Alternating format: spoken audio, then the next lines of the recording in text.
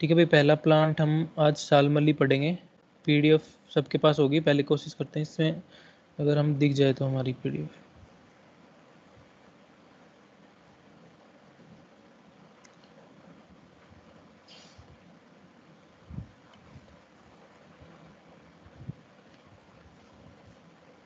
मुझे बता देना भाई, स्क्रीन शेयर कर रहा हूँ मैं, अगर दिख जाए सबको तो बता देना, ठीक है।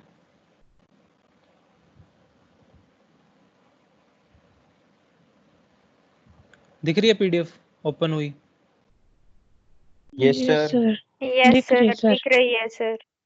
ठीक है, तो पहला प्लांट क्या है अपना? शालमली। शालमली। ठीक है, ये अपने गार्डन में छोटा सा लगा हुआ है, देखा होगा, मैंने बताया भी था इसका, शालमली का। लगा है ना? ध्यान है किसी को? शालमली का बताता हूँ मैं। शालमली का जो वृक्ष होता है, इसके वृक्ष की पहचान होती है, दो तीन इसकी मेन पहचान होती हैं। देखो, इसके पर्याय में एक लिख रखा हुआ कंटक आढ़्य। कंटक आढ़्य, आढ़्य का मतलब होता है धनवान, तो कंटक आढ़्य मतलब कांटों से धनवान वृक्ष है ये। इसकी पूरी बार्क पे कांटे ही कांटे होते हैं बहुत। और दूसरा इसकी पहचान बताई थी, तो इसके लीफ हैं वो इसकी बिल्कुल टिप पे जाके, जैसे सप्तपर्ण एक प्लांट होता है, सप्तपर्ण में भी और शालमली में भी, दोनों में मैं डिफरेंस बताता था गार्डन में कि दोनों में डिफरेंस क्या है। सप्तपर्ण में नोड वाइज लीफ आएंगे, 7 लीफ आते हैं उसमें, 5 से 7 लीफ आते हैं।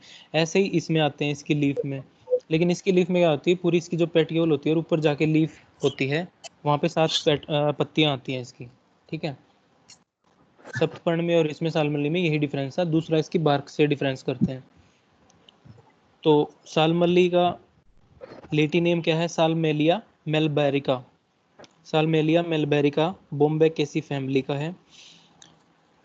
गणों में चरक ने इसको वेदना स्थापन में रखा है, पुरुष विरजनीय में रखा है, शोणित स्थापन, ये सब मैं कल बताऊंगा क्या क्या होते हैं, पुरुष विरजनीय, शोणित स्थापन, वेदना स्थापन। ठीक है, ये कर्म भी हैं और ये गण भी बनाए हैं, चरक के गण कर्म के अकॉर्डिंग बनाए हैं। सुश्रुत ने प्रियंगो आदि गणों में रखा है। तो सुश्रुत का प्रियंगो आदि गण कैसे बना है? क्योंकि पहला प्लांट उसका प्रियंगु है। सुश्रुत ने आधार यही रखा था कि पहले प्लांट के बेस पे उसने नाम लिखा था गण का। अब दूसरा इसका संस्कृत में नाम देखो, इसमें लिखा है सालमली मोचा। मोचा या मोच रस, मैंने एक वो भेजा था कि कौन कौन से रस निर्यास निकलते हैं, उनके नाम थे। तो सालमली का जो निर्यास है उसको मोच रस बोलते हैं। सालमली के पेड़ में कट लगा देते हैं, फिर उसमें से वो निर्यास निकलता रहता है और फिर उसको कलेक्ट करते हैं, जिसको मोच रस बोलते हैं। ठीक है, तो एक तरह से वो वेदना स्थापन में भी काम आता है, संधानीय काम कर्मों में भी यूज होता है। ठीक है, कैल्शियम कंटेंट भी अच्छा होता है उसका, जैसे अस्थि श्रृंखला है, अस्थि श्रृंखला, मोच रस, इन प्लांट्स के साथ मिला के उनका योग बनाया जाता है। आवाज मत करो भाई, जिसका भी वो माइक वो कर लो, म्यूट कर लो अपना, जो शोर आ रहा है। ठीक है, मोचा क्यों बोलते हैं इसको? रसस्रावी होता है। पिच्छिल भी बोलते हैं, इसका नाम निर्यास युक्त है। रक्त पुष्प, इसके जो फ्लावर हैं वो रेड कलर के आते हैं। स्थिर आयु, बहुवर्ष आयु तक बहुत बड़ा पेड़ होता है। दूसरा एक हिंदी नेम याद रख लेना इसका, सेमल। सेमल बहुत जगह तुम सुनोगे, सेमल की फली यूज होती है, सेमल का साग यूज होता है कई जगह पे। ठीक है, सेमल मूसली नाम से कहीं सुनोगे, तो सेमल मूसली भी इसी का छोटा प्लांट, उसको लेते हैं, आगे इसमें लिख रखा है सेमल मूसली के बारे में। अब इसके जो तुम स्वरूप है, अगर तुमने प्लांट अच्छे से देख रखा है ना, तो स्वरूप बिना पढ़े भी तुम लिख सकते हो उसका। ठीक है, तो इसका स्वरूप 100 वृक्ष इसके 125 फीट तक के ऊंचे और 20 फीट तक मोटे होते हैं। हमारे गार्डन में तो बिल्कुल अभी छोटा है, बड़े बड़े इसके वृक्ष होते हैं। इसकी पिक देखो, ये देखो सेकंड पिक में इसका फ्लावर दिखा रखा है रेड कलर का। ठीक है, फोर्थ पिक में देखो इसके पूरे बार्क पे कांटे ही कांटे हैं, दिख रहा है ना। उसके बाद इसकी जो स्टेम्स हैं वो भी वर्ल्ड पैटर्न में निकलती है, ऊपर चक्राकार, इसमें आगे लिखा होगा चक्राकार। पूरी इसकी बार्क पे कांटे लगे होते हैं, हाथ नहीं लगा सकते। ठीक है, और इसकी लास्ट की 2 पिक में इसकी लीफ का पैटर्न बता रखा है। पूरी पेटियोल गई, ऊपर जाके इसकी लीफ 5 से 7 लीफ आती हैं। ठीक है, उसमें क्या डिफरेंस होगा? सप्तपर्ण में जो इसकी पेटियोल है, इसमें वर्ल्ड पैटर्न में इसकी लीफ मिलेंगी, वहां पे भी लीफ मिलेंगी। ठीक है, नोड नोड का गैप मिलेगा उनमें। ठीक है, उसके बाद देखो इसके वृक्ष 125 फीट तक ऊंचे, 20 फीट तक मोटे होते हैं। कांड और शाखाओं पर दृढ़ शंकु आकार के कांटे होते हैं। शंकु आकार के कांटे होते हैं, कौन शेप के कांटे होते हैं? जब इसके कांटे ध्यान से देखोगे तो कौन शेप के होते हैं, बिल्कुल स्ट्रेट कांटे नहीं होते। शाखाएं अनुप्रस्थ दिशा में फैली प्राय चक्रिक क्रम में होती हैं। अभी शाखाएं देखी, वो चक्रिक क्रम में ऊपर की ओर बढ़ रही हैं, ऐसे ही ये पूरा वृक्ष जाता है। पत्र इसका लिखा है पाणिवत। पाणिवत मतलब पानी, यहाँ पे हाथ को बोलते हैं, ठीक है। पानी जैसे पंजा फैला होता है, वैसे इसका पत्र बोला गया है। पत्रक संख्या में 5 से 7 भालाकार के लंबाग्र 6 से 12 इंच लंबे चिकने होते हैं, ठीक है। पत्रवृंत पत्रकों से बड़ा होता है। पत्रवृंत जो है वो पत्रकों से बड़ा होता है, लंबा होता है। देख लिया हमने, पत्रवृंत 1 इंच तक लंबा होता है। पुष्प इसके रक्त वर्ण के 4 से 5 इंच व्यास के, शाखाओं के अग्रभाग पर समूहबद्ध होते हैं, ठीक है। तो पुष्प लिख दो, पत्र लिख दो, स्वरूप लिख दो, कांटे होते हैं ये लिख दो इसकी बार्क पे, ठीक है। इसकी बार्क थोड़ी व्हाइटिश धूसर वर्ण की होती है और उस पे कांटे होते हैं, कंटक कांटे, इसलिए नाम लिखा है इसका पुष्प का, ठीक है। बस इसका इतना ही देखो, पुष्प तक देख लो। उसके बाद आ जाओ, दिसंबर मार्च में पत्तियां झड़ जाने पर प्राय इसके पुष्प आते हैं और फल इसके मार्च और मई में लगते हैं। फल इसके मार्च और मई में लगते हैं। बेसिकली इसके फ्लावर का ज़्यादा यूज़ होता है, फलों का इतना यूज़ होता नहीं। कांटों का यूज़ होता है इस वृक्ष से, जो इसके कांटे हैं उनको तोड़ के, उनको दूध में पीस के, ये भी एक प्रैक्टिकली यूज़ बताते हैं। इसके कांटों को तोड़ के दूध में घीस के, जो जिनके एक्ने वगैरह हैं, पिंपल्स वगैरह ज़्यादा होते हैं, उन पे लगाते हैं। झाइयाँ वगैरह हैं, उन पे लगाया जाता है, प्रैक्टिकली यूज़ करते हैं इसका। फिर इसमें आगे लिखिए, इसकी छाल में कीड़ों के दंश, अन्य विकार या क्षय के कारण स्वाभाविक शत से एक निर्यास निकलता है। इसमें स्वाभाविक शत से भी लिखा है, और खुद से भी अगर हम उसमें कट लगा दें उससे भी मोचरस निकल सकता है। यह भूरे रंग का, पोला और हल्का होता है। भूरे रंग का होता है डार्क, और पोला थोड़ा सा मतलब ओपेक कलर का होता है।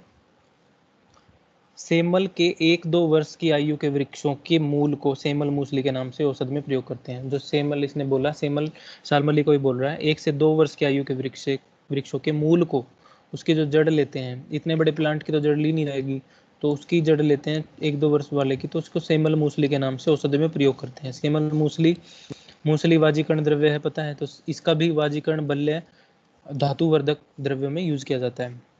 फिर इसका एक लिखा है, इसकी एक जाति होती है जिसे कूट सालमल्ली, इसका लेटिन नेम लिखा है इरियोडेंड्रोन एनफ्रक्टोसम, ठीक है। ये सिर्फ कूट सालमल्ली याद रख लो कि एक इसकी जाति होती है कूट सालमल्ली। इसमें कांटे बहुत कम और पुष्प इसके श्वेत भीतर पीताब होते हैं। बस इतना याद रख लेना, एक जाति इसकी कूट सालमल्ली पाई जाती है। फिर इसके गुण लघु, स्निग्ध, पिच्छल, रस, मधुर। मोच रस का रस कसाय होता है, क्योंकि वो संधानीय कर्मों में यूज होता है, बताया था। संधानीय जितने भी, जैसे अस्थि भग्न है या कोई संधान कर्म करना है, तो उसमें मधुर मोच रस का यूज करवाते हैं, तो कसाय रस होता है। इसका रस मधुर होता है। विपाक इसका मधुर, वीर्य शीत। मोच रस का विपाक कटु होता है, कसाय कटु शीत होता है वो, और ये मधुर मधुर शीत होता है। फिर उसके बारे में इसके कर्म देख लो। दोष कर्मों में सेमल स्निग्ध मधुर होने से वात का करेगा, शीत होने से पित्त का शामक है, मोचरस कसाय होने से कफ पित्त शामक है, और ये मोचरस जो कसाय होने से कफ और पित्त का शमन करेगा। संस्थानिक कर्मों में सेमल की छाल शोथर, दाह परशमन, पुष्प रक्त रोधक, मोचरस स्तंभन और वर्णरोपण है। कसाय रस है तो स्तंभन का और वर्णरोपण का काम करेगा। कंटक इसके लेखन और वर्ण ने बता दिए, यहाँ पे ये कर्मों में बता रहा है। कंटक इसके लेखन कर्म में भी काम करते हैं, स्किन पे भी लेखन कर्म होता है, ठीक है। और वृण्य कर्म में बताई दिया, आगे इसका यूज भी देख लेना, यूज जब प्रयोग में लिखा होगा। फिर मोचरस स्तंभन, सेमल के पुष्प और निर्यास, रक्त स्तंभन, कच्चे फल कासर, कच्चे फल मूत्रल बताए हैं। सेमल मूसली वृक्ष और मोच रस शुक्र स्तंभन तथा पुष्प आर्तवरोधी है, ठीक है। वृक्ष बता दिया सेमल मूसली को, मोच रस को, शुक्र स्तंभन का हमें याद रह जाएगा क्योंकि कसाय रस होता है। फिर दोष प्रयोगों में आ जाओ। सेमल के मूल का प्रयोग वातपैथिक विकारों में, और पुष्प फल और मोच रस का प्रयोग कफपैथिक विकारों में करते हैं। सेमल की छाल व्रण शोथ दाह में लगाते हैं। रक्तस्राव होने पर पुष्प स्वरस या चूर्ण लगाते हैं, पुष्प का स्वरस या चूर्ण इसका लगाते हैं, रक्तस्राव होते हैं। दंत मंजनों में मोच रस का योग करते हैं। अब दंत मंजनों में मोच रस का योग क्यों करवाते हैं? मुखपाक व्रण आदि में भी इसका यूज होता है, क्यों कसाय प्रधान जितनी भी होती हैं, जैसे जो भी कसाय प्रधान रस होंगी, जैसे पायरिया वगैरह हो जाता है, मसूड़ों के रोग हो जाते हैं जिसमें ब्लीडिंग होती है, तो वहाँ पे रक्त स्तंभन काम करने के लिए ऐसी ही औषधियाँ उसमें डाली जाती हैं ताकि वो उनको रोके। जैसे खदीर है, खदीर का भी थोड़ा कसाय रस होता है, तो वो भी इनमें यूज होता है दंत मंजनों में। कसाय रस प्रधान वाली औषधियों से ही करना चाहिए। ठीक है। सेमल के कांटों को दूध में पीसकर मुख में लगाने से चेहरे का रंग साफ हो जाता है। ये प्रैक्टिकली करते हैं लोग। ठीक है। और व्यंग नेत्र आदि रोग दूर होते हैं। इसमें लिख दिया सेमल के कांटों का यूज। फिर मोच रस का प्रयोग अतिसार प्रवाही का ग्रहणी अर्थ में करते हैं अभ्यंतर पाचन संस्थान में। रक्त पित्त में सेमल के फूल और मोच रस देते हैं। कास में कच्चे फलों का प्रयोग करवाते हैं। इसके जो फलों का यूज है कास में करवाते हैं, कच्चे फलों का। अस्मरी, मूत्रकृज आदि रोगों में कच्चे फलों का चूर्ण या क्वाथ अतीव लाभकर बताया है। फिर प्रजनन संस्थान में सेमल मूसली शुक्रवर्धक वाजीकरण योगों में प्रयुक्त होती है। मोचरस शुक्र स्तंभन योगों में डाला जाता है। श्वेत प्रदर और रक्त प्रदर में भी मोचरस देते हैं। रक्त प्रदर में पुष्प स्वरस देते हैं तथा पुष्पों का साग खिलाते हैं। दुर्बलता कार्श में सेमल मूसली उपयोगी है। फिर प्रयोज्य अंग में मूल है, इसका पुष्प है, फल है, निर्यास, ये सब इसका यूज करते हैं। मूल चूर्ण की मात्रा 5 से 10 ग्राम बताई है। पुष्प 10 से 20 ml बताया है। स्वरस लेना है, फल चूर्ण लेना है तो 3 से 6 ग्राम, निर्यास 1 से 3 ग्राम बताया है। सालमली घृत, इसका एक विशिष्ट योग ये बताया है। कूट सालमली जो इसका एक ऊपर हमने पढ़ा था, जिसका बोटनिकल सोर्स अलग है, वो उष्णवीर्य और भेदन होता है और कटु तिक्त रस होता है। तो इसमें क्या याद रखना है सालमली में? सालमली का, सेमल मूसली का तो याद रह जाएगा। मूसली से वाजीकरण शुक्रवर्धक योगों में स्तंभन का काम कर रहा है। श्वेत प्रदर रोग है, शुक्र स्तंभन काम करवाना, रक्तपित्त है, जहाँ भी स्तंभन का काम कराना वो याद रह जाएंगे इसके। एक इसका कांटों का यूज याद रख लो कि कांटों का दूध में पीस कर मुख में लगाने से चेहरे का रंग साफ होता है, ये भी याद रह जाएगा। कोई भी व्रण रोपण काम है तो भी एक कसाय रस है तो वहाँ भी काम करेगा। ठीक है। दाह परसमन वगैरह में शोधहर है। ठीक है। तो ये इसके 5-6 प्रयोग इसके याद रह जाएंगे और कर्म भी उनके बेस पे कर्म याद रख लो। ठीक है। ये इसका प्लांट है, इजीली पहचाना जाता है, बहुत बड़े बड़े वृक्ष होते हैं इसके। फिर आ जाओ भाई अपना खदीर। खदीर भी सबने देखा है। अकेसिया कटेचू, फैमिली इसकी मिमोसोइडी या लेग्यूमिनेसी भी लिखी होगी, वो भी सही है। मिमोसोइडी इसकी, वो भी सही है। दोनों फैमिली है इसकी। अकेसिया कटेचू लेग्यूमिनेसी की ही ये सब फैमिली है। खैर बोलते हैं इसको, कत्था। अब तुम ये जो पान वाले यूज करते हैं, कत्था यूज करते हैं, वो पूछता है, कोई भी एग्जामिनर पूछ लेगा कि कत्था कौन से प्लांट से मिलता है। जो आप पान खाते हो, पान में कत्था लगाते हो, तो तुम्हें पता होना चाहिए कत्था किससे मिलता है। खदीर से मिलता है। ठीक है। खदीर का जो सबसे पहला यूज होता है, खदीर रक्त को शोधन करता है। खदीर हो गया, मंजिष्ठा हो गया। आयुर्वेद में जब भी कोई स्किन डिजीज होती है किसी भी पेशेंट को, तो उसको खदीरारिष्ट देते हैं, महामंजिष्ठारिष्ट देते हैं, रक्त प्रसादन या रक्त को शुद्ध करने वाली औषधियाँ देते हैं। ठीक है। तो ये खदीर इसमें यूज करते हैं। दूसरा एक दंत धावन इसमें लिखा होगा पर्याय है, तो दंत धावन में भी खदीर की लकड़ी यूज की जाती है। पूजा आदि कर्मों में भी पहले खदीर की लकड़ी का, पलास की लकड़ी का, इनकी लकड़ियों का प्रयोग किया जाता था। ठीक है। और दूसरा वही है मुख रोगों में, मुख रोगों में भी खदीरादि वटी बनती है, तो मुख पाक वगैरह में भी खदीरादि वटी का यूज करते हैं, या मुख से रिलेटेड कोई उनमें डिजीज है तो कफ बढ़ रहा हो ज़्यादा तो उसमें यूज करवाते हैं। इंग्लिश में इसको कच ट्री बोलते हैं। चरक ने किस में रखा है? कुष्ठगन में रखा है, उदर्द परशमन में रखा है। ठीक है। दोनों ही डिजीज स्किन डिजीज हो गई। कसाय स्कंद में रखा है चरक ने खदीर को। सुश्रुत ने सालसर आदि गण में रखा है। वैदिक साहित्य में खदीर का प्रयोग धार्मिक कार्यों के साथ ही औषधि रूप में भी वर्णित है। वैदिक साहित्य में खदीर का धार्मिक कार्यों में, यज्ञ हवन वगैरह होते थे, उसमें इसकी लकड़ी का यूज करता था। फिर औषधि के रूपों में भी इसका यूज करने लग गए। संहिता ग्रंथों में कुष्ठ घन और दंत धावनार्थ इसकी शाखा का प्रयोग वर्णित है। संहिता ग्रंथों में इसके पर्याय हैं, देख लो। इसका दंत धावन एक लिखा है, गायत्री याद रख लेना। गायत्री किसका पर्याय है? खदीर का। दंत धावन। रक्तसार, रक्तसार जो इसका अंदर का जो हार्टवुड होता है रेड कलर का होता है, इसलिए रक्तसार बोला है। कंटकी, इसमें भी कांटे होते हैं, देख रखे हैं इसके कांटे भी हमने। हुक्ड होते हैं इसके कांटे। रेड रेड सी इसकी स्टेम होती है और उसपे हुक्ड कांटे होते हैं, बिल्कुल स्ट्रेट कांटे नहीं होते, थोड़े मुड़े हुए होते हैं इसके कांटे। बाल पत्र, इसके पत्र सूक्ष्म होते हैं, बिल्कुल छोटे छोटे, जैसे इमली के या आंवले के पत्र होते हैं वैसे इसके पत्र होते हैं। बाइपिन्नेट लीफ होते हैं इसमें। याज्ञेय, याज्ञेय इसका एक पर्याय लिखा है, क्योंकि यज्ञ वगैरह में इसकी लकड़ी यूज करते थे, इसलिए याज्ञेय बोल दिया इसको। ठीक है। खदिर बालपत्र कदर या जलीय अंश का नाश करता है, ऐसा कफहर है, कफहर बताया है इसलिए कदर। सोमवल्क कांड त्वक श्वेत वर्ण की होती है, जो इसकी कांड त्वक होती है उसकी श्वेत वर्ण की लिखी है, वैसे इसकी श्वेत वर्ण की नहीं होती, इसमें गलत लिखा है सोमवल्क का। तो इसकी डार्क, थोड़ी सी डार्क ब्राउन सी कलर की इसकी बार्क होती है। इसकी पिक देखो, इसकी बार्क तुम्हें दिख जाएगी, बिल्कुल फिशर्ड बार्क होती है। फिशर्ड बार्क बोलते हैं फटी हुई जो बार्क, लॉन्गिट्यूडनली फिशर्ड बार्क है, डार्क कलर की, थोड़ा थोड़ा वाइट है इसलिए इसने शायद लिख दिया होगा श्वेत वर्ण का, लेकिन डार्क ब्राउन ही होती है। और अंदर से जब इसकी बार्क को निकालोगे तो अंदर से थोड़ी रेड कलर की रक्तसार होती है, ठीक है। येलो कलर की इसमें फ्लावरिंग आती है, जैसे पहली पिक में ये जो छोटी सी वाइट कलर की दिख रही है, ये येलो कलर की आती है बेसिकली फ्लावरिंग इसकी, ये मंजरी में इसकी फ्लावरिंग आती है। और थर्ड पिक में इसका कांटे दिख रहे हैं, बिल्कुल लीफ जहाँ से निकल रही है, ठीक है, जहाँ से लीफ का ओरिजिन हो रहा है वहाँ पे कांटा हुक्ड इसका कांटे दिख रहे हैं, और उससे नेक्स्ट पिक में इसकी फ्लावरिंग दिख रही है येलो कलर की। बबूल और खदीर, ये कई प्लांट हैं जिनमें थोड़ा सा कंफ्यूजन रहता है, बबूल का है खदीर का है, तो पहले तो कांटे ही दिख जाएंगे, कांटों से पहचान लोगे। दूसरा, बबूल में भी येलो कलर की आती है, लेकिन वो थोड़ा राउंड कलर की फ्लावरिंग आती है, इसकी बिल्कुल स्ट्रेट सी फ्लावरिंग है, बबूल में ऐसी नहीं आती, बबूल में राउंड कलर की आती है फ्लावरिंग। देखना कभी भी बबूल का पेड़ होता है, ठीक है। अब इसकी प्रॉपर्टीज पढ़ लो। वनस्पतिक वर्णन में मध्यम आकार का कांटेदार वृक्ष होता है।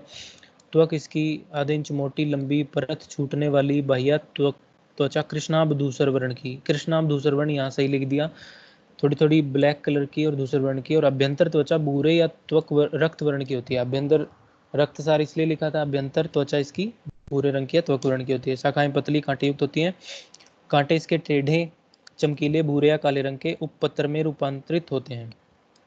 पत्र इसके 10 से 15 सेंटीमीटर लंबे, पत्र वृंत कंटक युक्त होता है तथा 4 से 5 ग्रंथियां होती हैं उसमें।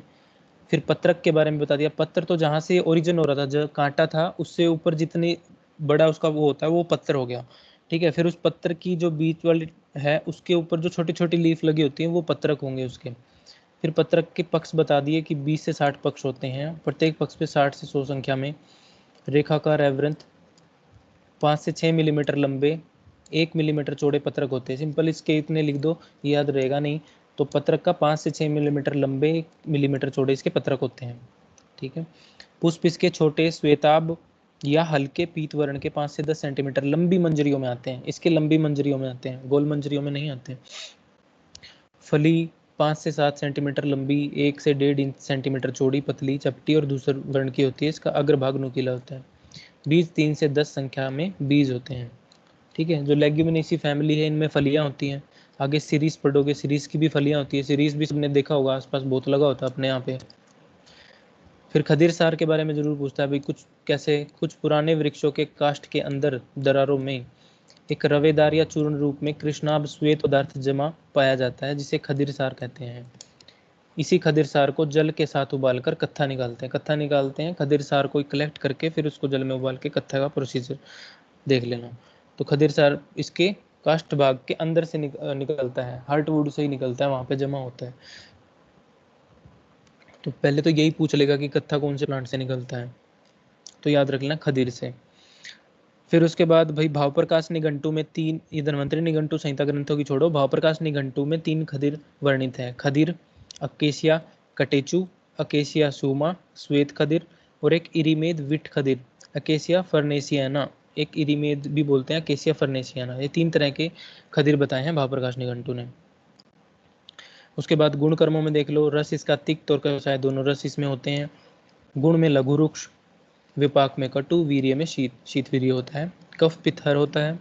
धातु कर्मों पे सबसे ज्यादा रक्त धातु पे काम करेगा, मेद धातु पे भी काम करता है ये, अस्थि और अस्थि धातु पर विशेषकर, मेद और रक्त पे अच्छा काम करता है ये। रक्त वर्धन, रक्त प्रसादन, अस्थि धातु पोषण और मेदोघन है। तो मेदोघन में भी खदीर आदि, जैसे खदीर आदि रिष्ट वगैरह ले सकते हैं, अगर कोई मोटापा है उसमें तो उसमें भी हम इसका यूज करवा सकते हैं मोटे व्यक्ति को। रोग घनता में कंडू, कास, अरुचि, मेदरोग, मुख रोग, प्रमेह, प्रमेह में भी बताया श्वेत कुष्ठ, शोथ, पांडु, कुष्ठगन, सारे वही स्किन से रिलेटेड डिजीज। इसलिए तुम्हें हर प्लांट का, सबसे पहले कोई भी प्लांट का नाम लो तो उसका पता होना चाहिए, कुछ ना कुछ तुम्हें उसका योग पता होना चाहिए कि कहाँ आयुर्वेद में कहाँ यूज करते हैं उस प्लांट को, उससे ही बन जाएंगे तुम्हारे आधे से ज़्यादा कर्म, और उनके ये रोग तुम्हें अपने आप याद आ जाएंगे। ठीक है, तो खदीर आ गया, अमंजिष्ठ आ गया, इनका याद रखो कि ये भाई स्किन डिजीज में यूज़ होते हैं, फिर अपने आप तुम बनाते जाओगे उनको। फिर कंडू कुष्ठ में कैसे खदीर रक्तगत मेदोगत क्लेद का शोषण करेगा। रक्त का शोधन और क्लेद का शोषण करके रक्त प्रसादन कर्म होने से कुष्ठ में उपयोगी है। स्वित्र में भी खदीर का प्रयोग करते हैं। कुष्ठ में खदीर का पानार्थ, प्रलेपनार्थ, उद्वर्तन और भोजन में प्रयोग करते हैं। ठीक है, कुष्ठ जितने भी प्रकार के कुष्ठ रोग बताए उनमें पान करने के लिए, प्रलेपन करने के लिए, स्किन डिजीज में जैसे नीम का हम बार्क लेके आते हैं प्रैक्टिकली घरों में, नीम की बार्क को पानी में वो करके जब भी कोई व्रण हो जाए या कोई भी स्किन डिजीज हो उसमें भी बोलते हैं लगाने के लिए, तो ऐसे ही खदीर का भी यूज कर सकते हैं। व्रण में रक्त स्तंभनार्थ, व्रण रोपणार्थ खदीर सार चूर्ण और खदीर क्वाथ का प्रयोग कर सकते हैं, जिससे क्लेद का शोषण होकर व्रण शुद्ध होता है। कोई भी स्किन डिजीज होगी वहाँ पे क्लेद, जल का अधिकता मिलेगा, कफ की अधिकता मिल जाएगी वहाँ पे, तो उसको क्लेद को शोषण करने वाले द्रव्य हैं वो बेसिकली इनमें काम करेंगे स्किन डिजीज में। तो बाह्य और अभ्यंतर दोनों रूपों में खदीर क्वाथ का प्रयोग करवा सकते हैं। तो व्रण का अगर शोषण करवाना है तो उसका लेप भी करवा सकते हैं और इंटरनली भी यूज करवाना चाहिए। कंठ रोगों में खदीर क्वाथ प्रशस्त बताया है। कफज कास है, स्वर भेद है, गल शोष है, गल सुंडिका आदि कंठ रोगों में कफ समन के लिए द्रव्य कफ शोषणार्थ खदीर क्वाथ का प्रयोग करते हैं। रक्तस्राव जनित कंठ रोग में भी रक्त स्तंभनार्थ खदीर का प्रयोग करते हैं। कंठ रोगों में अगर रक्तस्राव जनित कंठ रोग है तो उसमें खदीर सार का खदीर का प्रयोग करते हैं रक्त के स्तंभन के लिए। फिर मुख रोग इंपॉर्टेंट है। खदीर जो है कफ और रक्त पित्त का समन करके मुख को विशुद्ध और स्वच्छ करता है। मुखगत व्रणों का संधान होता है और दांतों को दृढ़ करता है। अतः खदीर का प्रयोग मुखपाक, मुख रोग, प्रदुष्ट मांस, चलित दंत, शीर्ष शोषित दंत, दंत हर्ष, कृमि दंत, जीवा, तालु, ओष्ठ, ये सारे रोग जितने भी इसमें अभी पड़े हैं सारे मुखगत रोग हैं। जीवा मुख में है, तालु भी मुख में, ओष्ठ भी, कृमि भी, शोषित, दंत हर्ष, चलित, इन सब में। लेकिन एक चीज प्रैक्टिकली बता देता हूँ, जैसे इसमें लिखा है मुख रोग में, प्रैक्टिकली देखा गया है कई जगह मुख के ऐसे रोग हो जाते हैं जिसमें बहुत ज़्यादा ही अगर उसमें बहुत ज़्यादा अल्सर हैं तो वहाँ पे खदीर का प्रयोग नहीं करना चाहिए, खदीरादि वटी का, क्योंकि वो अल्सरों को और बढ़ा देगा। ठीक है, वहाँ पे थोड़ा शीतल द्रव्य चाहिए, लेकिन कई बार देखा गया है मुख रोगों में खदीरादि वटी का ज़्यादा यूज़ करते हैं फ्रिक्वेंटली। खदीरादि वटी देखना प्रिपरेशन मिले तो किसी को, वो चूसने के लिए देते हैं सिंपल, जैसे अपने मुख में रख लो, धीरे धीरे पिघलती रहती है, इस तरह से बनती है। तो उन जगह पे खदीरादि वटी की बजाय कुछ और प्रिपरेशन बनानी चाहिए खदीर की, ताकि वो उसके साइड इफेक्ट ना करे। खदीर का हम यूज करवा सकते हैं, खदीर मुख रोगों में काम करेगा, लेकिन उसका साइड इफेक्ट कई बार हो जाता है, ज़्यादा अल्सर हो मुंह में तो उसमें सीधा नहीं कि भी खदीरादि ले लो, मुख भाग में लिखी है तो खदीरादि वटी ले लो। जैसे आगे लिखा है खदीर सिद्ध तेल का गंडूसार्थ प्रयोग करवाना चाहिए, खदीर से सिद्ध किया हुआ तेल करवा दो गंडूस करने के लिए उन रोगों में। या दंत धावनार्थ के लिए, दांतों को सुदृढ़ करने के लिए गंडूस का प्रयोग करवा सकते हैं। खदीर काष्ठ चूर्ण को नित्य दंत धावनार्थ श्रेष्ठ कहा गया है। अतिसार में खदीर कसाय शीतवीर्य से स्तंभन कर्म करता है, इसके प्रयोग से कफ, पित्त, स्वेद आदि मलों की गति अवरुद्ध होती है। अतः पक्व, अतिसार और ग्रहणी में खदीर क्वाथ का प्रयोग मधु के साथ करते हैं। ठीक है, अतिसार में हो गया। नवज्वर में खदीर का प्रयोग हितकारी नहीं बताया, नवज्वर में नहीं बताया। जीर्ण ज्वरों में प्लीहा वृद्धि और रक्त व सिरा सथिल्य में खदीर लाभप्रद बताया। जीर्ण ज्वर में बताया है भाई, नवज्वर में खदीर नहीं बता रखा। कसाय रस से प्लीहा का संकोच होकर प्लीहा वृद्धि में उपयोगी है। अब प्लीहा वृद्धि में कल जैसे एक हमने पढ़ा था प्लीहगन, रोहितक तो है ही, अब इसमें भी बता दिया कसाय रस से प्लीहा का संकोच कर, तो प्लीहा वृद्धि में भी उपयोगी है।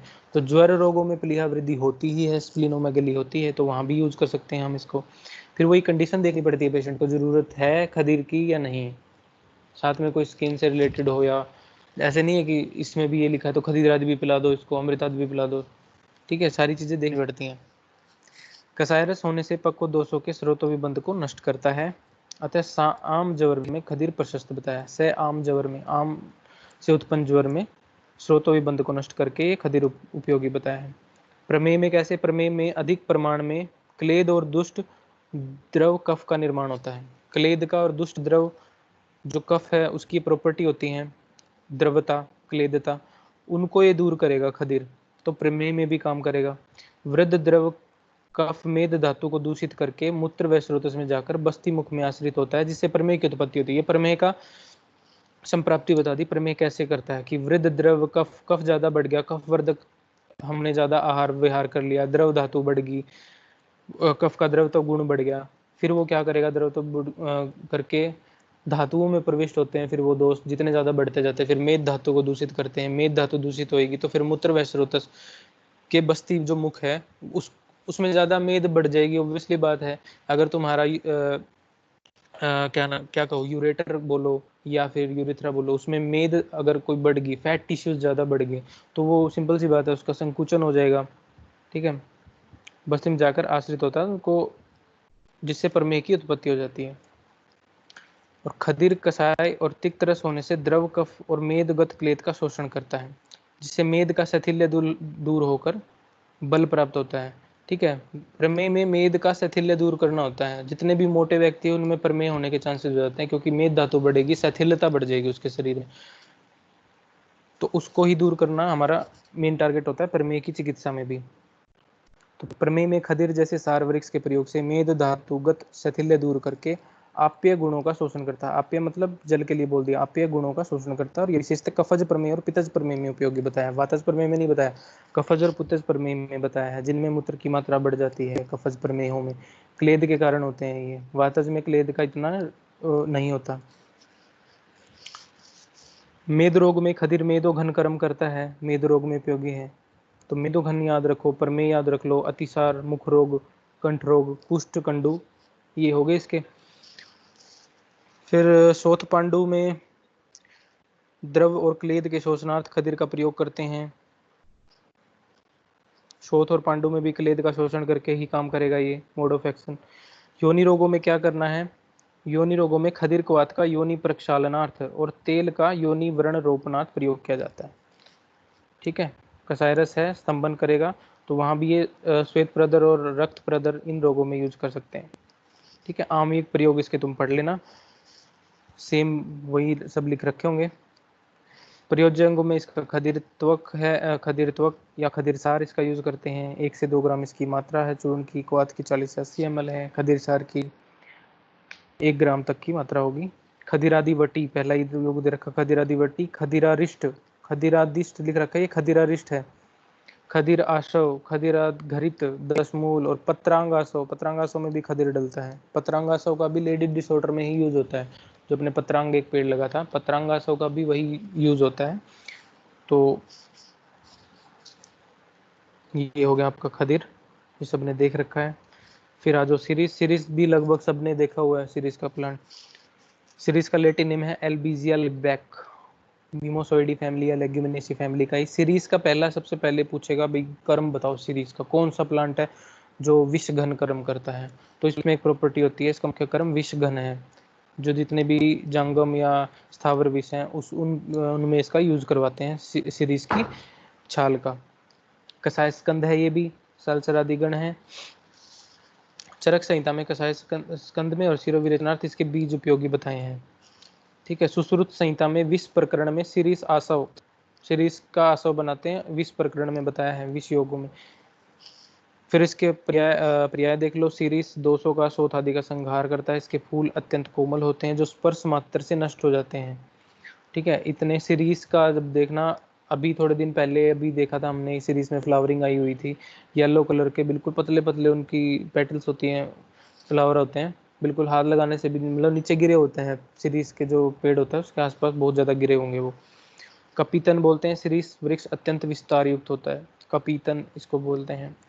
मृदु पुष्पक, पुष्प मृदु होते हैं। ठीक है, बता दिया, इसलिए इसका नाम मृदु पुष्पक रख दिया। मंडिल का स्वर्ण विष आदि दूर करके इन रोगों से पीड़ित रोगियों का कल्याण करता है। तो मंडिल, मृदु पुष्प, कपीतन और सीरीज, ये याद रखो इसके। वनस्पतिक वर्णन, इसका वृक्ष सघन 50 से 60 फुट ऊंचा, पत्र इसके 2 से 4 जोड़े में पक्षवत होते हैं, पत्रक 6 से 8 युग्म में छोटे व्रंतयुक्त आयताकार होते हैं। प्रमुख पर्णव्रंत के आधार पर एक बड़ी ग्रंथि होती है। पुष्प इसके पीताभ श्वेत, सुगंधित, कोमल और संवृत होते हैं। फलियां इसकी 6 से 12 इंच लंबी, 1 से 2 इंच चौड़ी, चपटी, कठिन और चमकीली होती हैं। चपटी इसकी फलियां होंगी। बीज इसके 8 से 12 बीज धूसर वर्ण के गोलाकार चपटे शिवलिंग चिन्ह युक्त होते हैं। अब इसमें पहचान करने का तरीका बता देता हूँ। सीरीज का पेड़ देखोगे अपने गार्डन में, जो सीरीज का वो गलत लगा रखा था बोर्ड पहले, मैंने कई बार बताया ये सीरीज का पेड़ नहीं है। सीरीज के प्लांट की देखो पहली पिक में इसकी फलियां दिखा रखी है, चपटी होती हैं, इसमें 10 से 12 बीज होते हैं लीफ में। ये फ्लावर देख लो इसके, बिल्कुल इस तरह से फ्लावर होते हैं, बिल्कुल पतली पतली इसकी पेटियोल्स होती हैं जो स्पर्श मात्र से गिर जाती है, जिसे मृदु पुष्पक बोलते हैं। थर्ड पिक में जिसमें एल्बीजिया एल्बीजिया लेबाक लिखा है, उसकी लीफ देखो, सीरीज की एक ध्यान से देखना, कहीं किसी को मिले तो सीरीज का प्लांट, इसकी लीफ का पैटर्न देखना, लीफ के जो बिल्कुल बीच में वेनेशन होती है ना, बिल्कुल मिडल से नहीं जाती सीरीज की। सभी पत्तियों, कितनी भी पत्तियां देख लेना, बीच की जो वेन होती है बिल्कुल मिडल से जाएगी। लेकिन सीरीज में एक खास बात होती है, सीरीज की थोड़ा सा साइड से जाएगी, एक साइड बड़ा होगा एक साइड छोटा होगा। तो सीरीज की पत्तियों को ऐसे ही पहचानते हैं, ये सीरीज का है। ठीक है, ये प्रैक्टिकली पहचानने के तरीके होते हैं, बुक्स में बॉटनी वगैरह में कहीं नहीं लिखे मिलते, कई बार अपने तरीके बनाने पड़ते हैं पहचान करने के लिए। ठीक है, प्रजातियों में श्वेत सीरीज और कृष्ण सीरीज, एल्बीजिया प्रोसेरा और ओडोरेटिसिमा। गुणकर्मों में रस इसका कसाय, तिक्त और मधुर। शिरीषो मधुरो अनुष्णो तिक्तस्त तुवरो लघु, तीनों रस लिख दिए भाप्रकाश निघंटू ने भी, कसाय तिक्त मधुरो। तुवरा कसाय के लिए यूज होता है, तुवरा वर्ड जो होता है तुवर। लघु रुक्ष तीक्ष्ण विपाक कटु वीर्य उष्ण। प्रभाव इसका लिखना है सीरीज का विषघन, विषघन अब इसकी रसपंसक से नहीं बता सकते हम, विषघन इसका प्रभाव है। ठीक है, जो कि एक स्पेसिफिक प्रॉपर्टी हमने पढ़ी थी, वीर्य के बाद प्रभाव, स्पेसिफिक पोटेंसी ऑफ ड्रग। दोष कर्म त्रिदोष घन, अन्य कर्मों में विभाजीकरण और स्तंभन का काम भी करता है। रोग घनता में शोथ विसर्प कास और व्रण। स्तंभन कर्म कसाय रस से स्तंभन कर्म होता है, अतिसार और परवाहिका में प्रयोग करना चाहिए। विष घन में सीरीज प्रभाव से विष घन कर्म करता है। स्थावर और जंगम विष में त्वक वात और बीज चूर्ण बताते हैं, तो ये याद रखना है इसका विष घन कर्म। स्थावर और जंगम विषों में इसकी त्वचा क्वाथ और बीज चूर्ण यूज करते हैं।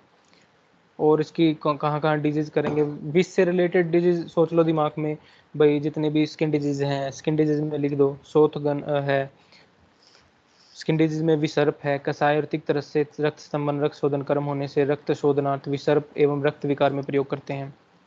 शोथगन रक्त शोधन और त्रिदोष घन होने से शोथ में इसका क्वाथ देना चाहिए। काश्वास में उष्ण तीक्ष्ण गुण से कफ शोधन और रुक्ष गुण से शोषण कर्म होने से सीरीज का निराम अवस्था में कफ का प्रयोग करते हैं, काश में प्रयोग करते हैं। विशेषतः नश्यार्थ इसके बीज चूर्ण का और लेपनार्थ त्वक का अवलेप बनाकर प्रयोग करते हैं। वृक्ष में बताया है मधुर अनुरस होने से बीज चूर्ण को दूध के साथ शुक्र दौर्बल्य में प्रयोग करते हैं।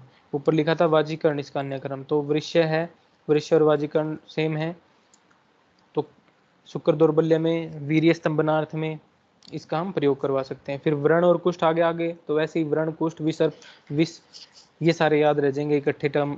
कसाय तिक्त रस और लघु रुक्ष उष्ण गुण से कलेद घन और दुष्ट कफ घन कर्म होकर शिरीष कुष्ठ और व्रण में व्रण रोपणार्थ उपयोगी है। आमिक प्रयोगों में शिरीष त्वक को पीसकर कुष्ठ में लेप करना चाहिए।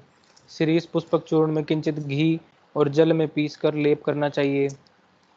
श्वास में पिपली और मधु के साथ शिरीष पुष्प का स्वरस, श्वेत मरीच के चूर्ण में शिरीष पुष्प स्वरस के साथ भावना देकर शुष्क चूर्ण बनाकर इस चूर्ण का नश्य और पाननार्थ प्रयोग करना चाहिए।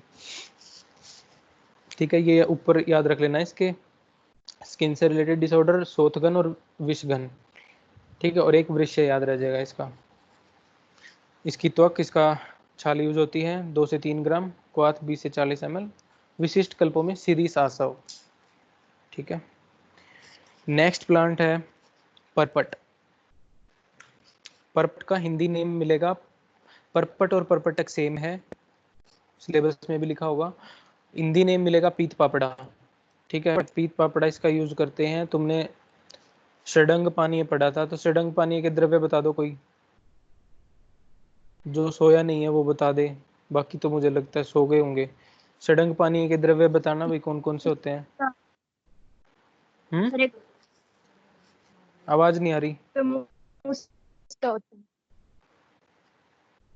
कौन बोल रहा है? नीलम बता रही है क्या? मुझे दिख नहीं रहा, अभी मैंने स्क्रीन शेयर कर रखी है, तो कौन बोल रहा है बताओ, जिसको याद हो। षडंग पानी कहाँ यूज करते हैं ये तो बता दो।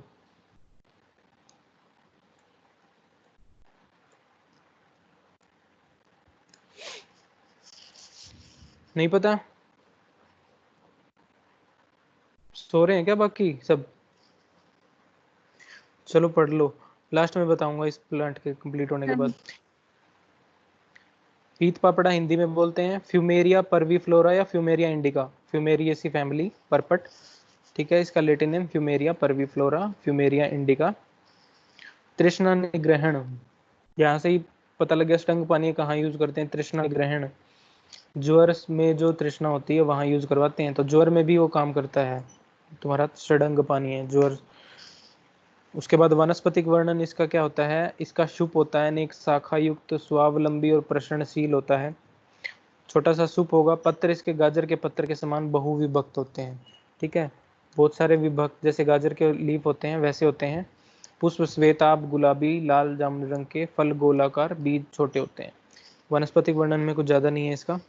देखो इसका पिक देखो, पहला दूसरा तीसरा पिक में गाजर के लीफ हैं, वैसे इसके लीफ होते हैं, खंडित होते हैं इसके लीफ। ठीक है, और इसका जो तुम फ्लावर देखोगे रेड और थोड़ा सा पर्पल कलर बोलो या पिंक कलर बोलो। तुमने एक प्लांट देखा था कालमेघ, कालमेघ का फ्लावर थोड़ा सा ऐसा ही होता है। फ्लावरिंग इसकी, इसको याद करने का तरीका बता रहा हूँ, फ्लावरिंग उसकी कालमेघ से थोड़ी सी सिमिलर होती है। अब इसका एक पर्याय देखोगे, इसमें लिखा है वर्तिक्त। वर्तिक्त इसका पर्याय है तिक्त द्रव्यों में श्रेष्ठ, और कालमेघ भी तिक्त द्रव्यों में श्रेष्ठ था, तो ये भी तिक्त रस हो, तिक्त प्रधान रस है इसका। तो तिक्त द्रव्य में श्रेष्ठ है, तो वो सोच लो कि भाई उसका प्लांट का अगर इमेज तुम्हें याद है, कालमेघ की फ्लावरिंग याद है, तो इससे याद आ जाएगा परपट भी भाई तिक्त ही होता है, तो रस भी याद आ जाएगा, परपट भी दिमाग में आ जाएगा। उसके बाद इसके गुण कर्म देखो, वनस्पतिक वर्णन हो गया, पर्याय वर्तिक्त आगे देखना, इसमें पीवी शर्मा वाली में लिखा है। रस तिक्त है, गुण लघु, विपाक कटु, वीर्य शीत। दोष कर्मों में कफ पित्त हर, तृष्णा निग्रहण ग्राही, ज्वर तृष्णा मद रक्त पित्त अतिसार सर्दी, ये रोग घनता है। इसमें लिखा है फ्यूमेरिया वेलेंटी, फ्यूमेरिया वेलेंटी लिखा होगा शायद उसमें भी, नोट्स में भी फ्यूमेरिया वेलेंटी भी इसका आप तुम याद कर सकते हो। फ्यूमेरिया परवीफ्लोरा, फ्यूमेरिया इंडिका, तीन इसके लैटिन नेम हो गए। ठीक है, तो ये तीनों में से कोई भी याद रहे सही है। फ्यूमेरिया वेलेंटी। वर्तिक्त, तिक्त द्रव्य में श्रेष्ठ, श्रेष्ठ। सूक्ष्म पत्र, छोटे पत्रों वाला। पीत पापड़ा, पीत पापड़ा याद रख लेना, कई जगह लिखा होता है पीत पापड़ा कौन सा प्लांट है, नहीं पता लगता कईयों को, तो परपट को बोलते हैं। उसके बाद स्वरूप हो गया इसका, स्वरूप के बाद गुणकर्म हो गए। उसके बाद देखो, तिक्त होने से कफ का, तिक्त शीत होने से पित्त का शामक है, कफ और पित्त का शमन करेगा। मस्तिष्क का शामक है। तृष्णा शामक, दीपन ग्राही, ये याद रखना, तृष्णा शामक है, दीपन है, ग्राही है। मूत्रल, मूत्रल याद रखो कर्मों में, स्वेद जनन और कुष्ठ घन याद रखो, और ताप कर्मों में ज्वर घन और दाह परशमन, दाह परशमन, ज्वर घन, स्वेद जनन, कुष्ठग्न, मूत्रल, और तृष्णा शामक, दीपन और ग्राही, ये इसके कर्म याद रखो। फिर उसके बाद इसमें आगे लिखे हैं ब्रह्म मूर्छा मदात्य आदि में प्रयुक्त होता है, क्योंकि इन सब में पित्त की दृष्टि होती है, तो इनमें यूज करते हैं इसका। तृष्णा में, अरुचि, अग्निमांद में यूज करवाते हैं। मूत्र कृच्छ में लाभकारी है, मूत्रल है तो। त्वचा के विकारों में उपयोगी है, कुष्ठ आदि में। ज्वर और दाह में प्रयुक्त होता है। ज्यादा कुछ नहीं है इसका, इसका सड़ंग पानी से याद रख लेना, सड़ंग पानी का एक कंटेंट है ये। प्रयोज्यंग पंचांग है। चूर्ण इसका 3 से 6 ग्राम। परपट आदि क्वाथ, परपट आदि रिष्ट, इसके विशिष्ट और लिखे हैं। एक सड़ंग पानी भी इसमें ऐड कर सकते हो। इसको थोड़ा अब जूम, लास्ट, दिखाई नहीं दे रहा। अब दिखाई दिया। अब देखो जहाँ पे लास्ट में फिंगर है, उसमें बिल्कुल लास्ट में चरक चिकित्सा का थर्ड, उसमें लिखा है मुस्तक, परपट, उसीर, चंदन, उदिच्य, नागरे, श्रत शीतम जलम देयम पिपासा ज्वर शांतये। जो ज्वर में तृष्णा होती है उसको दूर करने के लिए षडंग पानी के ये द्रव्य याद रख लो। कोई भी पूछ लेगा, चरक में ही पूछ लेगा तुमसे, द्रव्य गुण में आने नहीं देगा, पहले चरक में ही पूछ लेगा, षडंग पानी के द्रव्य लिखो। मुस्तक जो तुम्हारा मोथा होता है, नागर मोथा, परपट हो गया, उसीर हो गया, ठीक है, चंदन हो गया, उदिच्य एक सुगंध वाला द्रव्य है, सुगंध वाला बोलते हैं उसको उदिच्य, और एक नागर शुंठी। तो ये इसके द्रव्य याद रख लेना षडंग पानी के। नेक्स्ट आ जाओ प्लांट अपना तिल। तिल भी सबने देख रखा है, एक मिनट होल्ड करना। षडंग पानी, सॉरी, तिल का लेटिन नेम है सेजमम इंडिकम, पेडेलिएसी फैमिली का सीजमम इंडिकम। सीजमम सीड्स होते हैं। तिल का तेल आयुर्वेद में सर्वश्रेष्ठ बताया गया है। तिल के तेल, सरसों के तेल से भी पहले तिल के तेल की, अगर तेल कहीं भी नहीं लिखा हो, खाली तेल लिखा है, तो वहाँ पे कौन सा तेल लेना चाहिए? आचार्य शैलेंद्र ने बताया है, जहाँ भी आयुर्वेद में खाली तेल वर्ड लिख दिया किसी योग में, तो वहाँ पे आप कौन सा तेल लोगे? वहाँ पे तिल तेल लेना पड़ेगा। और मोस्टली जितनी भी प्रिपरेशन जो तेल बनते हैं, वो तिल तेल में ही उनका संस्कार करके उनको तेलों को बनाया जाता है। भृंगराज, कोई भी औषधि से आपको तेल बनाना है, एरंड का तेल बनाना है या भृंगराज से बनाना है, कई और औषधियाँ मिला के बनाना है, सिर में लगाने के लिए बनाना है, केशे बनाना है, व्रण पे लगाना है, शोथ के लिए लगाना है, पेन वगैरह के लिए बनाना है, माना रहे, तो उसका बेस कौन सा तेल होता है? मोस्टली में तिल का तेल ही बेस बनाते हैं। ठीक है, पर्याय इसका है कि लिखा है तिल। और इसके आ जाओ तुम, वनस्पतिक वर्णन में इसका 3 से 4.5 फीट ऊंचा वर्षायु शुभ होता है। कांड इसका अनेक शाखा युक्त, पत्थर इसके 8 से 12 सेंटीमीटर लंबे, एकांतर, दंतुरित या अखंड, विभिन्न आकार के, अलग अलग आकार के इसमें लीफ होते हैं। तिल का देखना खेतों में लगा हुआ, इसके ब्रॉड लैंसुलेट लीफ बोलते हैं इसको, थोड़े से लैंसुलेट लंबे और थोड़े चौड़े लीफ होते हैं, लंबे मिलेंगे। ठीक है, अलग अलग शेप के मिलेंगे इसके लीफ। पुष्प विभिन्न रंग के, श्वेत से बैंगनी रंग के, नलिका आकार के इसके पुष्प होते हैं, नलिका आकार के इसके पुष्प होते हैं। ये देख लो पहली पिक में, इसका घंटा आकार भी बोल देते हैं कई बुक्स में, नलिका आकार भी बोल सकते हैं इसको, घंटी के तरह इसके पुष्प हैं, तो घंटी आकार या नलिका आकार के। फल इसके 1.5 से 3 इंच लंबी, 1 इंच गोलाई युक्त सिम्बी अनेक बीज युक्त होती है। छोटे स्निग्ध श्वेत रक्त या कृष्ण वर्ण के होते हैं जो इसके बीज, और चिपटे अंडाकार, 1 इंच लंबाई में और संख्या में 10 से 12 होते हैं। तिल सबने देख रखे हैं। ठीक है, अब इसका तुम सीधा आ जाओ, आमिक प्रयोग बाद में पढ़ेंगे। नेक्स्ट जो पीडीएफ इसमें है, पीवी शर्मा में लिखा है इसका अच्छे से,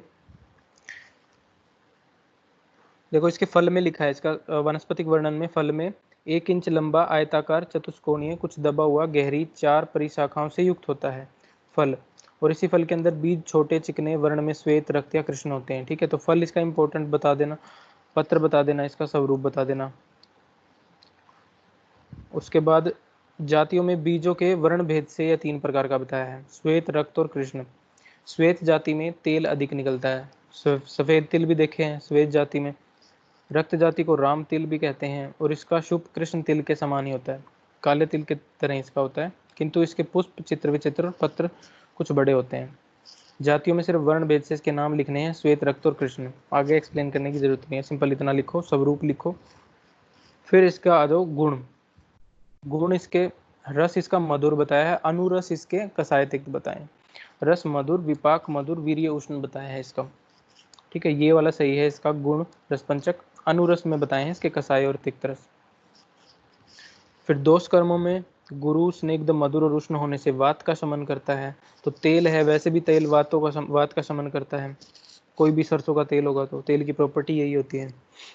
कफ और पित्त का प्रकोप करेगा, पित्त का प्रकोप करता है तेल। तेल का अगर हम ज़्यादा यूज़ करते हैं तो हमें पित्त डिसऑर्डर ज़्यादा हो जाते हैं, इसलिए तेल बोलते हैं तेल का कम यूज़ करना चाहिए। सरसों के तेल या तिल के तेल में अगर ज़्यादा हम फूड वगैरह प्रिपेयर करते हैं तो ज़्यादा अगर तेल जाएगा तो पित्त का प्रकोप ओब्वियसली होगा। ठीक है, उसको पित्त से रिलेटेड डिसऑर्डर होने स्टार्ट हो जाएंगे इंटरनली। ठीक है, फिर योग वही होने के कारण द्रव्य अंतर के संयोग और संस्कार से त्रिदोष शामक होता है। योग वही है,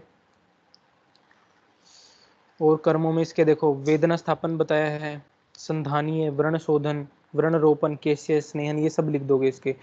सबको पता है व्रण रोपण के लिए, व्रण शोधन के लिए हम तेल यूज करते हैं, संधानीय कर्मों के लिए यूज करते हैं, वेदना स्थापन के लिए, केश्य तेल बनाना है तो उसके लिए यूज करते हैं। फिर उसके बाद आ जाओ मद, स्निग्ध होने से दंत्य है, उष्ण होने से दीपन है, ग्राही है, शूल पशमन है, मधुर कषाय होने से रक्त स्राव को रोकता है, स्निग्ध होने से श्वास नलिकागत रुक्षता को दूर करता है, उष्ण होने से मूत्र को कम करता है। बोलते हैं ना, तिल को अगर ज़्यादा तिल खा लिया है किसी ने, ज़्यादा तिल के लड्डू खा लिए, ये भी प्रैक्टिकली सुना होगा किसी ने कि तिल के लड्डू अगर सर्दियों में ज़्यादा खा लेते हैं तो उसका मूत्र भी कम कर देता है, ठीक है, मूत्र रुक जाता है उसका। बच्चों में होता है कई बार कंडीशन हो जाती है, ज़्यादा तिल खा लेते हैं तो वो ज़्यादा उष्ण होता है तो मूत्र रुक जाता है। तो उष्ण होने से वाजीकरण भी है, आर्तव जनन, और स्निग्ध होने से स्तन्य जनन बताया है। त्वचा के लिए स्नेहन और हितकर है। फिर इसके प्रयोग देख लो, वात विकारों में इसका प्रचुर प्रयोग मिलता है, वात विकारों में यूज करते ही हैं भाई। बस्ती वगैरह भी देते हैं तो भी वात विकारों के लिए बस्ती यूज की जाती है और उसमें तेल का यूज किया जाता है, तो तिल तेल का यूज किया जाता है वहाँ पे। विशिष्ट द्रव्यों से सिद्ध होने पर तेल त्रिदोष जन्य विकारों में हो जाता है। अब त्रिदोष जन्य विकारों में विशिष्ट द्रव्यों से, जिस भी द्रव्य से रिलेटेड हमें वो बनाना है तो तिल तेल में उसको सिद्ध करते हैं। त्वचा में रुक्षता अधिक होने से इसके तेल का अभ्यंग करते हैं, ठीक है। यहाँ सब इसी में संस्थानिक प्रयोग में ही सारे पॉइंट आ जाएंगे तुम्हारे लगभग। त्वचा में रुक्षता है तो इसके तेल का अभ्यंग करते हैं। पक्षाघात अर्दित आदि वात विकारों में विशिष्ट द्रव्यों से संस्कृत करके अभ्यंग करते हैं, ठीक है। पक्षाघात अर्दित है, ये सारे पैरालिसिस डिसऑर्डर हैं।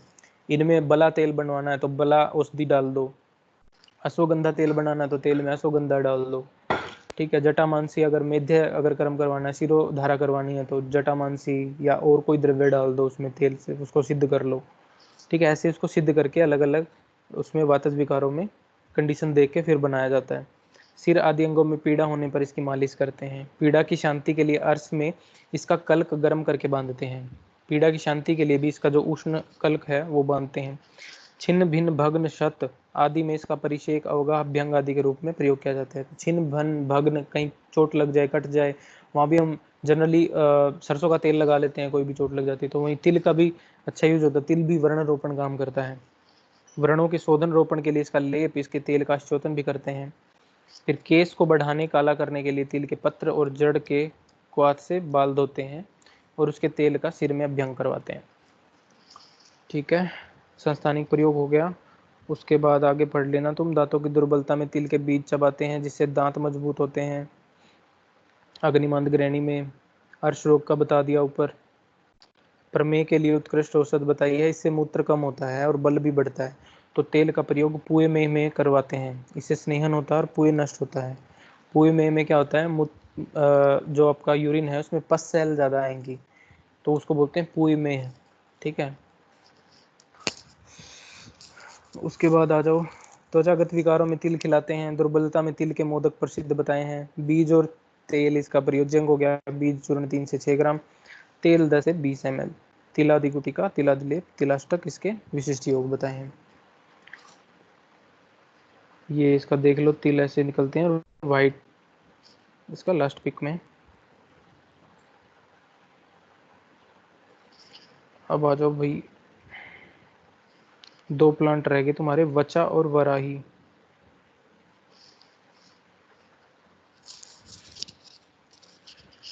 वचा,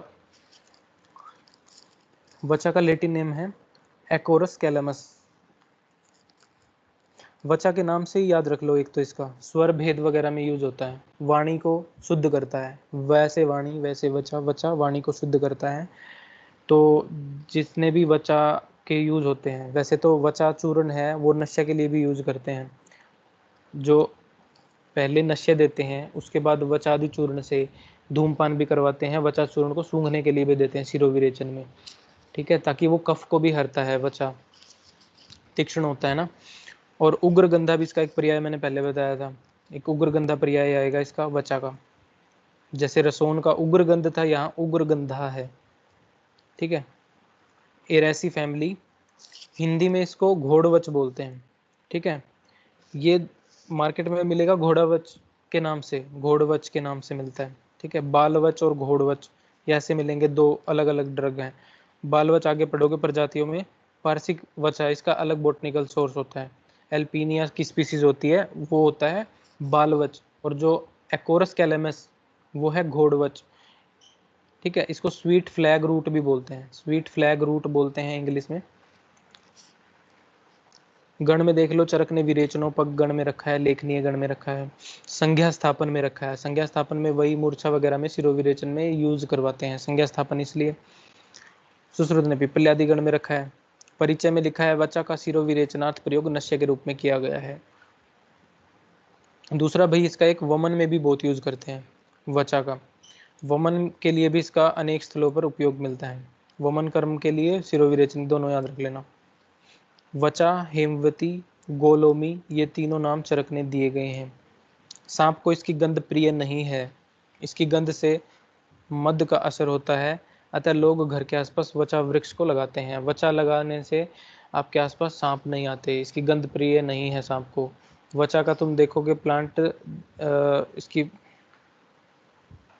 पिक देखो, जैसे तुम्हारे ये हल्दी वगैरह के होते हैं ना, वैसे ही वचा के लीफ होते हैं, बट हल्दी के थोड़े लीफ ब्रॉड होते हैं, उनमें स्मेल नहीं आती। वचा वालों में स्मेल आती है बहुत, उनको क्रश करके देखोगे, लीफ वैसे ही होते हैं।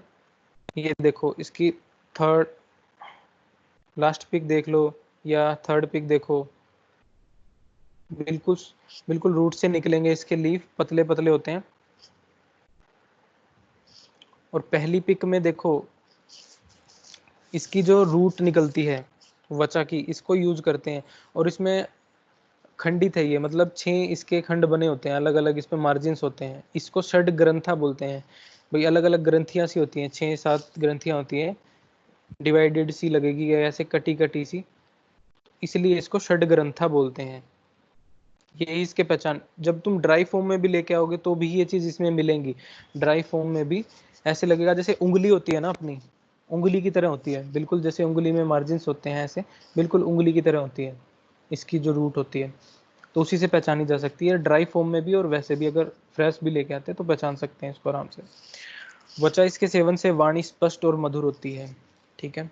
उग्र गंधा इसकी गंध उग्र होती है। षड ग्रंथा इसकी 6 ग्रंथियां अथवा पर्व होते हैं, तो इसके पर्व बोल दो, या 6 पर्व होते हैं इसके अंदर। ठीक है।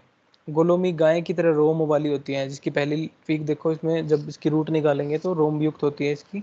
हेमवती सफेद वचा कही जाती है, जो प्राय हिमालय पर होती है। सफेद वचा को हेमवती बोलते हैं, वमन वगैरह करवाने के लिए यूज करवाते हैं इस वचा का, हेमवती का। बहुवर्षायु भूमि कांड होता है।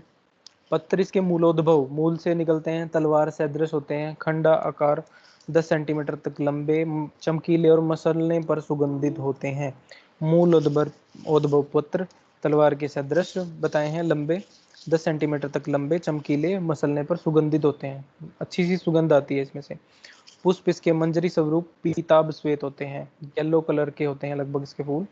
मूल इसकी भौमिक कांड उग्रगंधी हल्के भूरे रंग का पर्वयुक्त और सुगंधित होता है। मेन इसका मूल ही यूज करते हैं, जो क्या कहते हैं इसकी वचा का। षड ग्रंथा भी इसलिए बोलते हैं कि पर्वयुक्त होती है। एक इसमें जैसे पिपली लगी होती है ना, वैसे इसमें भी एक फ्रूटिंग लगी होती है पिपली की तरह, इसकी पिक में देखना थोड़ी सी बड़ी होती है, तो उसको मत मान लेना कि ये वचा है। मूल इसका रूट निकालते हैं, उसको वचा बोलते हैं।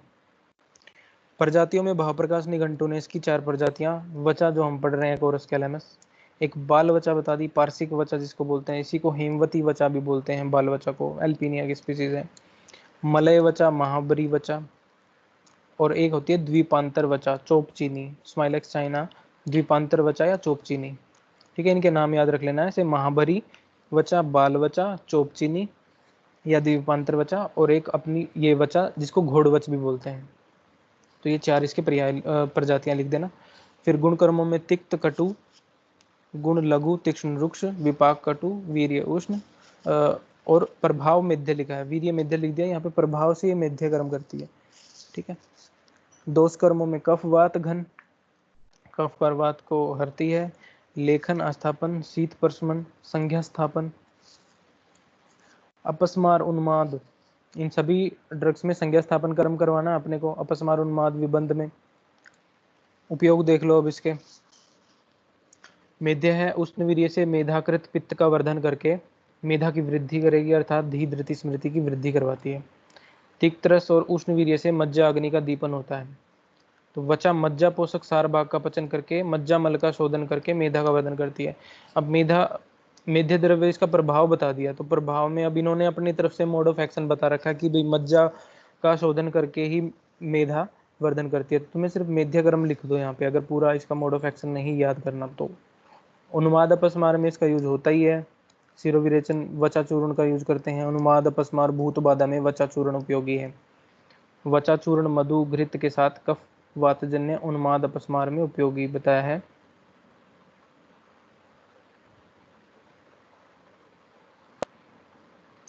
बालक के आक्षेप कंप बाल गृह में वचा चूर्ण का स्तन्य के साथ पान करवाते हैं। फिर बाल गृहों में वचा अपने उग्र गंध और प्रभाव से रक्षोघन कर्म करके उपयोगी बताई है। बाल गृह पीड़ित बालक को सर्वदा हस्त ग्रीवा मस्तक पर वचा का धारण करना चाहिए।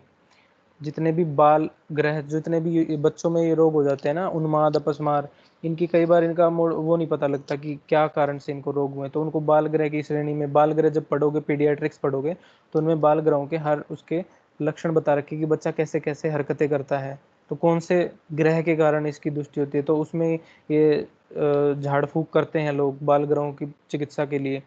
तो आयुर्वेद में भी ये थोड़ा धार्मिक उससे जोड़ देते हैं इन चीज़ों को बाल ग्रहों से। तो उसके लिए बताया कि भी गले में, हाथ पे वचा को पहन के रखना चाहिए ताकि ग्रहों की बुरी दृष्टि बालक पे ना पड़े। तो बाल ग्रहों का ही इस प्रकार से इन्होंने बता दिया। वचा सिद्ध घृत पीने से वाक शक्ति, मेधा, स्मृति, बुद्धि का वर्धन होता है। अच्छा, एक चीज बताता हूँ, मुझे पता लगी थी, जैसे ये बाल ग्रह है, ऐसे ही एक राजस्थान में एक बताते हैं कि एक जगह थी, तो सुन रहे हो भी सब? हेलो। Yes sir. तो राजस्थान में एक जगह बताते हैं, वहां पे एक पेड़ है, वहां के लोग, मतलब उन्होंने एक धारणा बना रखी थी कि इस पेड़ के नीचे भूत रहते हैं, भूत पिशाच रहते हैं इस पेड़ पे। तो वहां पे लोग जाने से डरते थे। कोई ये कहता था कि इस पेड़ के नीचे चले जाओगे तो तुम्हें लूज मोशन हो जाएंगे, ठीक है, यहाँ पे भूत रहते हैं।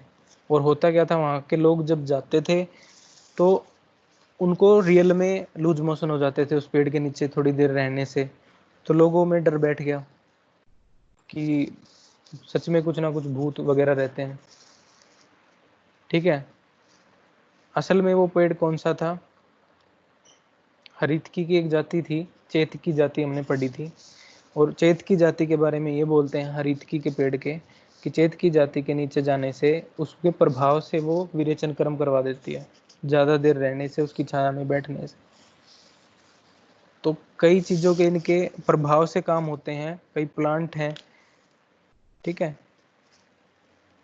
तो ऐसे ये बाल ग्रह है, तो उसमें वचा को धारण करने से वो ग्रहों में कुछ इफेक्ट डालता होगा, उसका प्रभाव से कर्म होता है। मिथ्या कर्म भी तो प्रभाव से हो रहा था, ठीक है।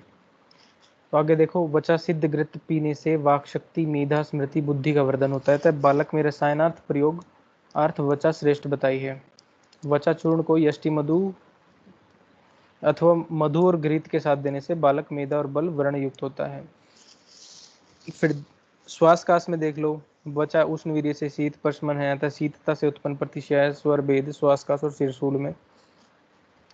दूसरा इसका इंपॉर्टेंट है, वचा उष्ण वीर्य से कंठगत कफ का विलयन करती है। स्वर भेद में वाणी को स्पष्ट करवाएगी, तो कंठ में अगर कफ ज्यादा है तो उसको दूर करेगी वचा उष्ण वीर्य से। तो ये इंपॉर्टेंट है वचा का, जिससे प्राणवायु का संचार योग्य रूप से होता है।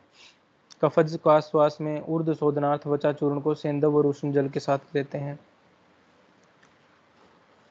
इससे उत्पन्न वमन से उर स्थित कफ का निर्हरण हो जाता है। तो वमन में भी बताया था, वमन में कैसे यूज करते हैं, ये कफ को निकालेगी, ठीक है, वचा चूर्ण को सेंधव और उष्ण जल के साथ लेंगे तो। ज्वर, कफवात ज्वर में दोष पाचनार्थ वचाकुआत का प्रयोग करते हैं, ठीक है भाई, ये पढ़ लेना इसके कर्म और आमिक प्रयोग भी पढ़ लेना। प्रयोज्य अंगों में इसके भूमिक कांड है।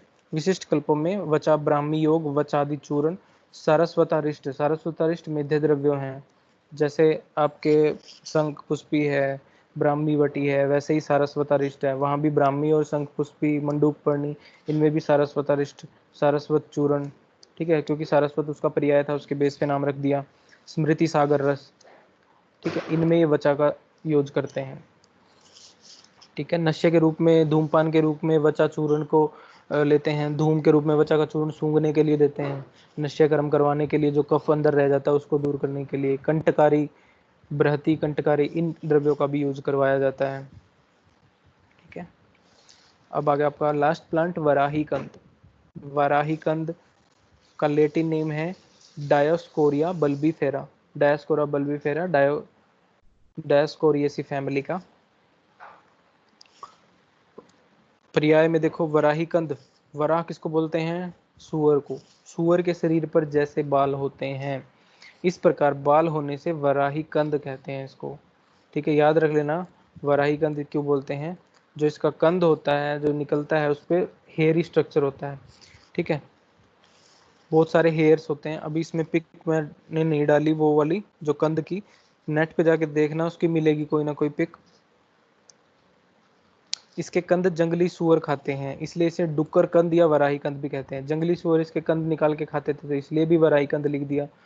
तीन तरह से इसका वराही कंद नाम है। एक तो इसके सुअर के शरीर पर जैसे बाल होते हैं इस बेस पे रख दिया। दूसरा सुअर इसको खाते हैं इसलिए रख दिया। दूसरा ये कहते हैं आदमी अगर इसको ज्यादा यूज करता है तो वो भी सुअर जैसा हो जाता है, मतलब हष्ट पुष्ट हो जाता है। तो तीन तरह से इसका वराही कंद नाम लिखा गया है। बल्ले है इसलिए। दृष्टि या दाह आदि रोगों को नष्ट करता है। ये दाह आदि रोगों को नष्ट करवा रहा है। वर्दा रसायन रूप होने से बल प्रदान करती है। तुम्हें इसके नाम याद रखने हैं वराही कंद, एक ऊपर लिखे कोडर कंद और चरम करालुक। चरम करालुक कहीं जगह लिखा मिल जाता है। चरम करालुक किसका पर्याय है? वराही कंद का। इसकी लता होती है आरोहिणी वाम आवर्तनी। वाम मतलब लेफ्ट साइड से मतलब निकलेगी और आरोहिणी मतलब किसी भी प्लांट पे चढ़ जाएगी। आरोहिणी लता है। कांड इसका चिकना, पत्र कोण में 1 इंच व्यास की कंद आकार रचना होती है। अब इसके जो पत्ते होते हैं देखना, पहली दूसरी पिक में या तीसरी पिक में पत्रों के साथ में एक छोटी सी कंद के आकार की रचना होती है। ये कंद नहीं है इसका, ये सिर्फ पहचानने के लिए इसमें बोला इसकी कांड पर चिकने पत्र कोण में 1 इंच व्यास की कंद के आकार की रचना होती है। असल में इसका कंद तो नीचे मिलता है जब इसको उखाड़ते हैं तो। पत्तर इसके एकांतर 2 से 6 इंच लंबे, 1 से 4 इंच चौड़े, पतले, पुच्छाकार, लंबे नोक युक्त तांबुल के आकार के पत्र आधार पर 9 सिराएं होते हैं। जो इसके लीफ है तुम लिख सकते हो तांबुल आकार, मतलब जो तुम्हारा पान का पत्ता होता है वैसे इसके लीफ होते हैं, या गुड़ुची के लीफ होते हैं, हार्ट शेप लीफ होते हैं। और इसमें जो सिराएं होती हैं 9 सिराएं होती हैं इसकी, जो वेन्स होती हैं। ठीक है, वैसे ही इसके लीफ हैं। उसमें गुडुची में इसकी लीफ भी, गुडुची की लीफ भी ऐसी थी लेकिन उसमें इतनी प्रोमिनेंट वेन्स नहीं थी गुडुची की लीफ में। वो थोड़ा लेदरी लीफ होता है उसका जब भी देखना, तब उसको मधुपत्र भी बोलते हैं गुडुची की लीफ को। वराही कंद में थोड़ा डिफरेंट होता है इसका। फिर पुष्प है, पुरुष पुष्प 5 से 10 सेंटीमीटर, स्त्री पुष्प 10 से 12 सेंटीमीटर लंबी मंजरियों में। फल 3 पंख युक्त।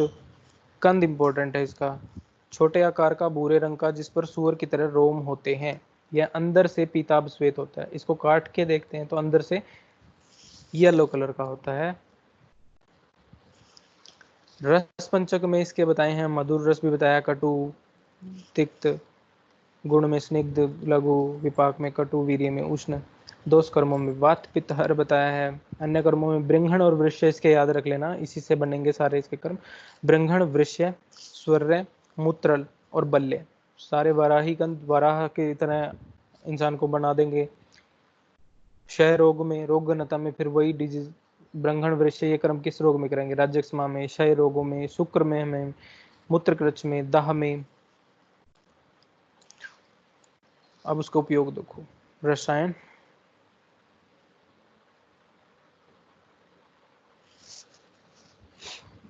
मधुरता से रस, स्तन्य, मांस, शुक्र आदि धातुओं का वर्धन होकर रसायन कर्म होता है। वराही कंद धातुओं का वर्धन करता है। जिन जिन व्याधियों में बल क्षीण हो जाता है इसमें इसका प्रयोग मधु, शर्करा और घी के साथ करने से लाभप्रद परिणाम होता है। बलवर्धन होकर शरीर का वजन भी बढ़ता है। स्तन्य क्षय में स्तन्य वृद्धि के लिए और शुक्र क्षय में शुक्र वृद्धि के लिए वराही कंद प्रशस्त बताया है। फिर क्षय उर्सत में धातु वृद्धि के लिए वराही कंद प्रशस्त बताया है। वराह समान या डुक्कर समान शरीर का पोषण करता है। रक्त पित्त में वराही कंद पित्त शामक और रक्त शोधक होने से विशेषतः मूत्र मार्गत रक्त पित्त में इसका प्रयोग करते हैं। आमिक प्रयोगों में नारी व्रण पर लेप करना चाहिए वराही कंद चूर्ण तेल में मिला के। ठीक है, सारे वही लिख रखे हैं, दुर्बलता, प्रमेय, वाजीकरणार्थ।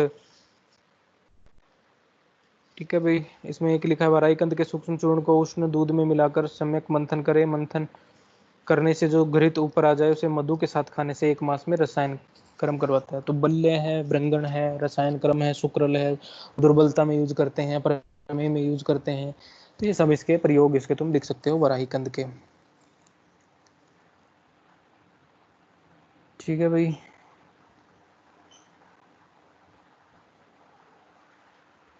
तो तुम्हारे प्लांट हो गए हैं कंप्लीट। अब याद करना है तुम्हें,